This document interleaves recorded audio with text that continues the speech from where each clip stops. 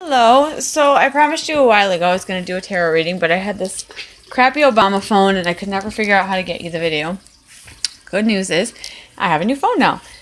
I saw a post on Facebook from you that about something. Anyways, it reminded me that I owe you a tarot reading, so I'm going to do that. I'm going to go ahead and do that. They've already been shuffled. I'm going to cut them and then we'll get started. This will probably take about 15 minutes. So if you don't have time right now, you can watch this later. All right. So the first card is what sums up your overall situation. This is what covers you. So here we have Four of Winter. Trying to get it to zoom in. I like to focus well. So don't worry about the words at the bottom because these cards are much more complex than that. And depending on the position of the card and what other cards are around it, it can mean different things. So you can read that if you want to. Just keep in mind that might not be accurate. All right, so you've recently been through something that was difficult, something that was emotionally painful, and it just really left you kind of emotionally exhausted. So you're at a point right now where you feel like it would be good to rest. You're feeling you're recovering. You need to heal. In order to heal and recover from whatever recent possible trauma or hardship you may have experienced.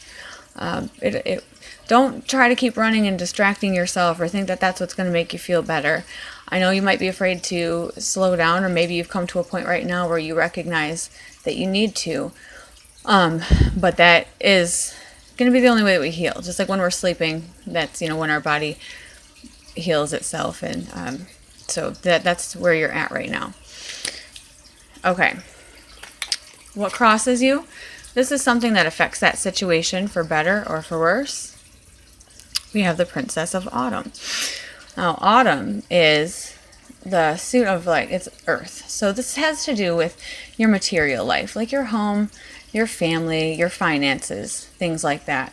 Court cards usually are people. If it is not a person, it would be possibly an aspect of yourself. So just keep that in mind. I wouldn't know who it is, but you should. This situation with the resting and trying to recover is affected by a young woman.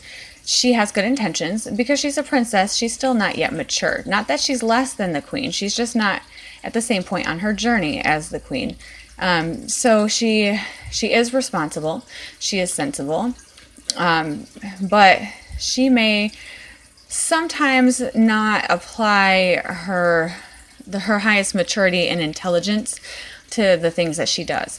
So this might be somebody who might be encouraging you to do something because she thinks it is for your own good. She may think it's for your higher good. So she may think that you should be getting to work, or you should be busy, you should be accomplishing something, because these people think you should be earning your keep, or whatever, contributing to the world, blah blah blah. She doesn't yet have the emotional sensitivity to understand that rest is what you need right now, and taking a break is how you will be more productive in the future. She may misjudge your situation because to her it looks like laziness or unwillingness to participate.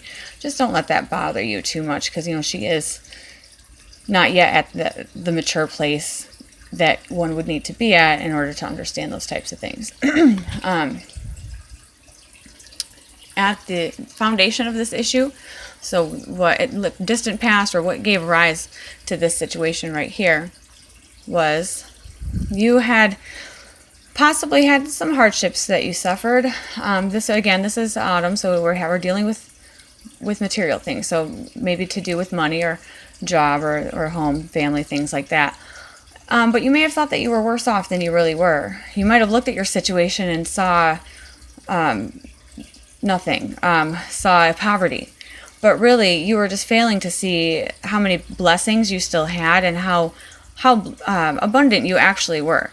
If you look at her, she's dressed in these nice clothes, she's got jewelry, she's got finery, but she looks in the mirror and she sees a pauper, somebody with tattered clothes who's, poor and broke, and that really that's really what she sees when she looks at herself. Just like anorexic people will look in the mirror and see a fat person. So this is saying, at the foundation of this issue, your view of something was distorted, and you were seeing something that was You're seeing poverty where it didn't actually exist.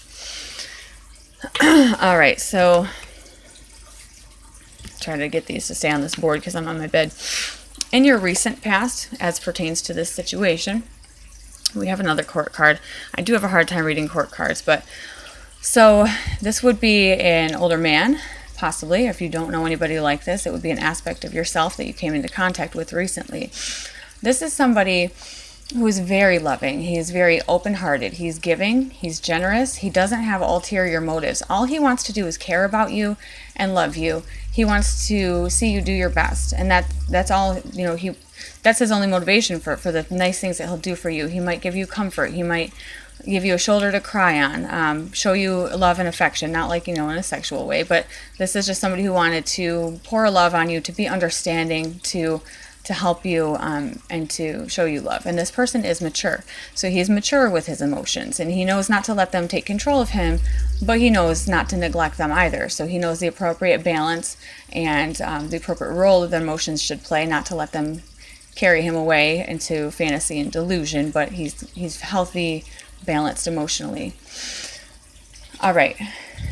In your near future, as it pertains to this situation, we have the Five of Winter.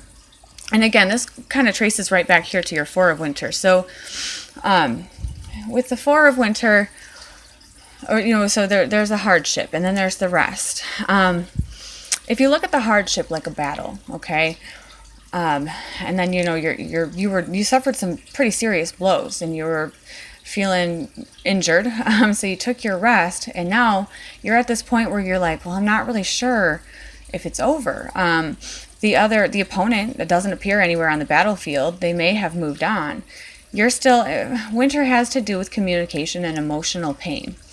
So even though, you've done some recuperating from the emotional pain, you're not sure yet whether it's over. You're not sure yet whether this is the end of it. So you don't fully trust whether you could move on or whether you should be prepared for more battle. So this is in the near future. In the near future, you might feel like, well, it looks like it's over, but can I trust that? Is it safe? Part of you is still dwelling on the emotional pain. A part of you is not moving on and letting go of it. A part of you is not sure, like I said, whether there's more fighting to be done. So there's an impulse to prepare yourself and to be defensive, to gather up all your defenses, just in case. What crowns you? The best thing that you have going for you in this situation, the greatest asset that you have as it pertains to this, is the Nine of Summer. This is a wonderful card. This is complete emotional satisfaction. This is having reached the goal. The bigger the number is, closer to the 10 is the closer to achievement and accomplishment and completion. Nines are completion because 10 would then be rolling over into the new cycle. So this is having completed this emotional goal, reached satisfaction and happiness. This is the wish card. Very literally, this is something that you wished for emotionally is coming true. I'm not talking about, money stuff. That would be, our autumn. This is just something that makes you happy, that gives you joy, that makes you feel love.